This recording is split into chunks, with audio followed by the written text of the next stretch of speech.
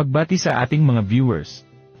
Para sa mga senior citizens, siniguro ni House Ways and Means Chair Joey Salceda na may sapat na pondo para sa Universal Social Pension at hinimok ang Senado na ipasa na ang 1,000 piso pensyon para sa lahat ng senior citizens. Nakipagpulong siya kay Sen. Amy Marcos upang talakayin ang panukala na maaaring pondohan sa pamamagitan ng bawas sa ayuda budget at dagdag buwis sa pickup trucks, vape, at pagmimina. Iminungkahi niyang ipatupad ito ng paunti-unti, edad 70 pataas sa unang taon, 65 pataas sa ikalawang taon, at 60 pataas sa ikatlong taon.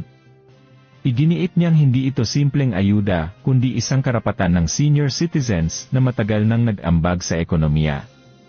Ano ang masasabi mo rito?